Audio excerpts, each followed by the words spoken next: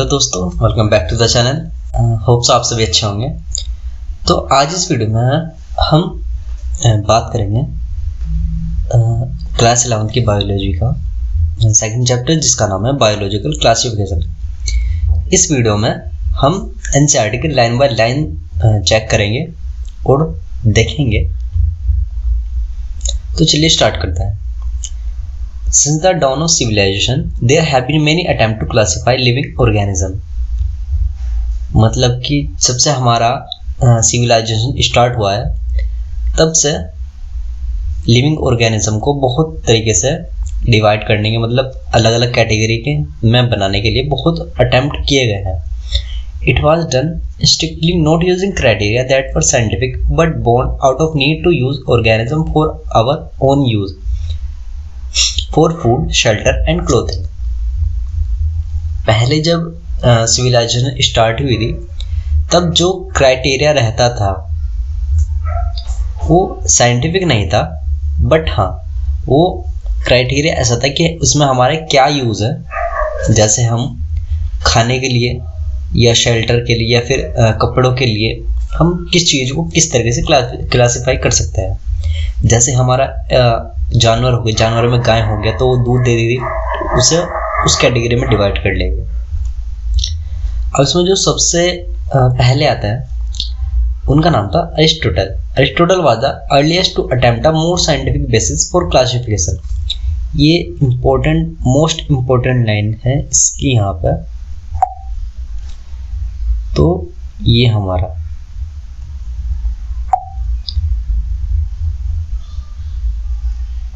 मैंने कर दिया ग्रीन। तो जो ये लाइन है, Aristotle was the earliest to attempt a more scientific basis for classification. सबसे पहले जो साइंटिफिक क्लासिफिकेशन की थी वो इन्होंने ही की थी। इन्होंने क्या यूज़ किया था? इन्होंने simple morphological character to classify plant into tree, shrub and herbs. मतलब इन्होंने एक प्लांट को देखा, फिर उसको कैटेगरी वाइज डिवाइड कर दिया। जो सबसे छोटे होते हैं हर्ब्स, मतलब जिनमें स्टेम नहीं होता है, मेनली स्टेम बहुत हल्का होता है, उनको हर्ब्स में डिवाइड किया। जिनमें स्टेम है, मतलब ब्राउन स्टेम हो गया लेकिन अब भी इतना वो मोटा नहीं है, तो उसे श्रब में रखा। और ट्री जिसका स्टेम ब्राउन भी है और काफ़ी मतलब मोटा है, तो उन्होंने उसको ट्री में डिवाइड किया। और एनिमल को उन्होंने डिवाइड किया दो ग्रुप में। एक वो जिनमें रेड ब्लड है और दूसरा वो जिनमें वो रेड ब्लड नहीं है। तो बेसिकली इन्होंने सबसे पहले स्टार्ट किया था। अब ये तो हमारा हो गया अरिस्टोटल साहब की कहानी। अब बात आते हैं उनके फिर आए लिनियस साहब। मतलब जो लिनियस आए थे उन्होंने शुरू किया टू किंगडम क्लासिफिकेशन।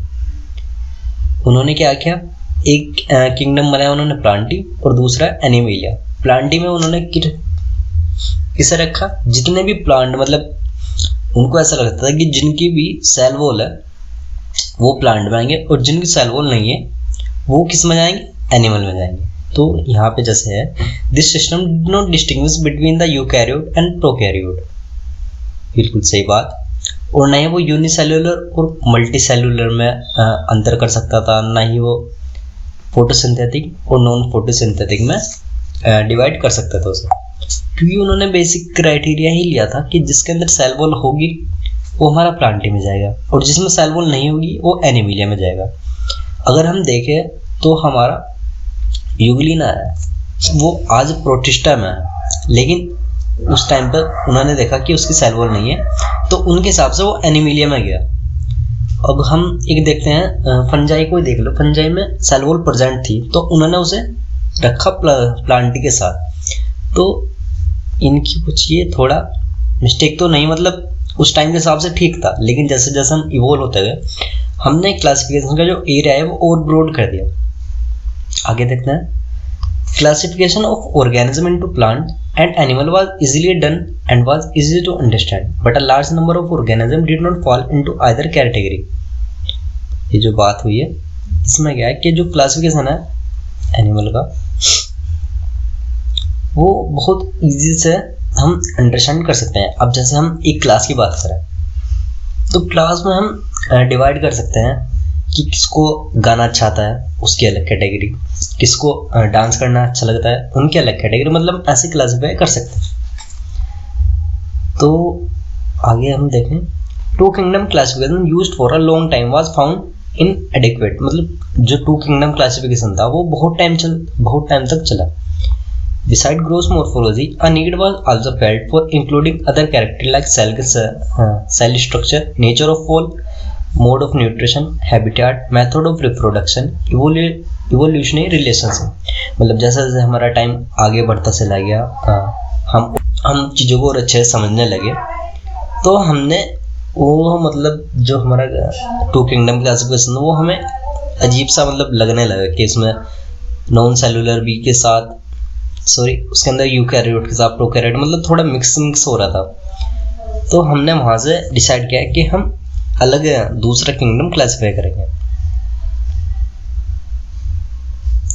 दो plant and animal kingdom have been a constant under all different system, the understanding of what group organism we include under this kingdom have been changing, the number and nature of the other kingdom have also been understood differently by different scientist over the time. अब जैसे uncertain ने बहुत अच्छी बात यहाँ पे कही है हमें कि जो प्लांट और एनिमल किंगडम था, जो शुरू में प्लांट और एनिमल किंगडम बने थे वो ऐसे ही रहे।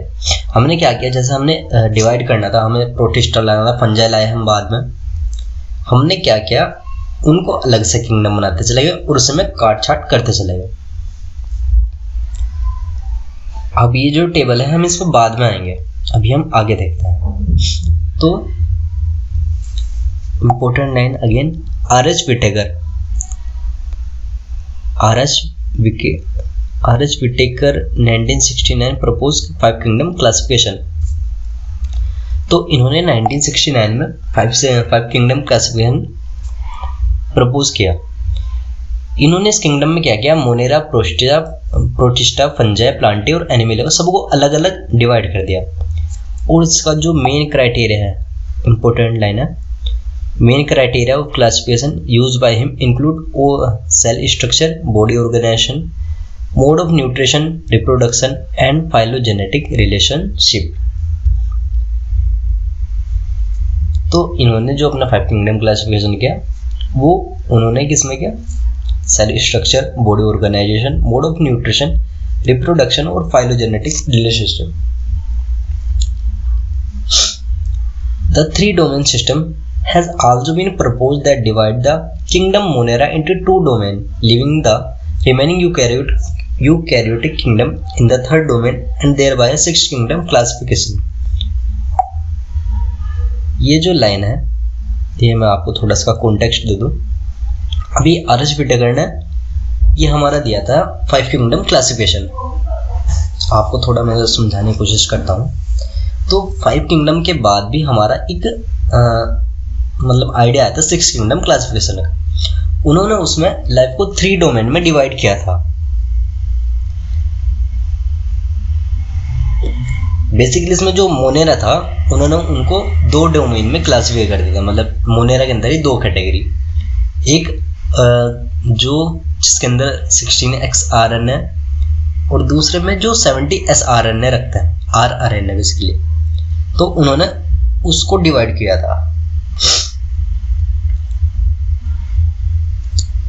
अगर आपको ये भी समझ नहीं आया तो आप इसे थोड़ा होल्ड पर रखिए, मैं आपको सब बाद में समझा दूंगा। अब हम देखते हैं 5 किंगडम क्लासिफिकेशन की तरफ। Earlier classification system include bacteria, blue-green alga, fungi, moss, fern, gymno, and the angio under plant. The character that unified this whole kingdom was that all the organisms include had a cell wall in their cell। ये मैंने आपको पहले बताया था कि जो हमारे Linnaeus थे उन्होंने क्या किया था, जो प्लांटी के अंदर उन्होंने रखा था, उन्होंने बेसिकली क्या करा था, वो सेल वॉल देखी थी कि जिसके पास सेल वॉल है वो जाएगा हमारा प्लांटी और जिनके पास सेल वॉल नहीं है वो जाएगा हमारा Animalia. This placed together group which widely differed in other characteristics. It brought together prokaryotic bacteria and the blue-green alga cyanobacteria with other group which were eukaryote. ये भी इम्पोर्टेंट है हमारा। It also group together the unicellular organism and the multicellular organism. बिल्कुल, unicellular हमारा हो गया bacteria और multicellular हमारा हो गया फंजाई। वो सब एक ही किंगडम में आ रहा था जो प्लांटी में रखा था। उन्होंने एग्जाम्पल भी दिया है। Chlamydomonas and spirogyra were placed together under alga. The classification did not differentiate between the heterotrophic group fungi and the autotrophic green plant, though they also showed a characteristic difference in their walls composition. The fungi had chitin, important है, आप इसको note करें।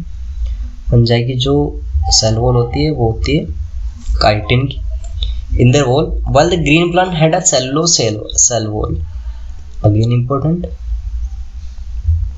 When such a characteristic were considered, the fungi were placed in a separate kingdom fungi. जैसे जैसे मतलब time बढ़ता गया तो हमने फंजाई के लिए एक अलग किंगडम बना दिया। All prokaryotic organism was grouped together under kingdom Monera. जितने भी हमारे प्रोकैरियोटिक ऑर्गेनिज्म थे उनको हमने ग्रुप किया अंडर किंगडम मोनेरा, और जितने भी हमारे यूनिसेलुलर यूकैरियोट थे उनको हमने ग्रुप किया प्रोटिस्टा के अंदर। Kingdom protista has broke together Chlamydomonas, chlorella, earlier placed in alga with plant and both having walls, with paramecium and amoeba which were earlier placed in the animal kingdom which lacked cell wall. It has put together organisms which in earlier classification were placed in different kingdom. This happened because the criteria for classification changed. ये ऐसा इसलिए हुआ क्योंकि जो हमारा criteria है वो change हुआ। पहले सिर्फ क्राइटेरिया क्या था, लीनियस के अकॉर्डिंग, कि उन्होंने सिर्फ एक सेल वॉल के बेसिस पे दोनों को डिवाइड किया था, लेकिन हम इवोल्व होते गए, हमारे सोचने की जो कैपेसिटी है वो बढ़ती गई, तो हमने अलग अलग क्राइटेरिया डिसाइड किए और हमने फिर अलग अलग मोर एडवांस बेसिस पे उनको क्लासिफाई किया। This kind of changes will take place in future too depending on the environment in our understanding of characteristic and evolutionary relationship. जो मैंने आपको भी समझाया कि जैसे जैसे हम और आगे बढ़ते जाएंगे हम और इवोल्व होते रहेंगे और ये क्राइटेरिया और बढ़ते जाएंगे। Over time, an attempt has been made to evolve a classification system which reflect not only the morphological, physiological, and reproductive similarity, but it is also phylogenetic. It is based on evolutionary relationship. ये important है हमारा। Phylogenetic basically होता है जो हमारा evolutionary, मतलब पहले जो हमारे पेरेंट्स थे, ग्रैंड पेरेंट्स, उनकी जो समानता है हमसे कितने समान कर रहे हैं।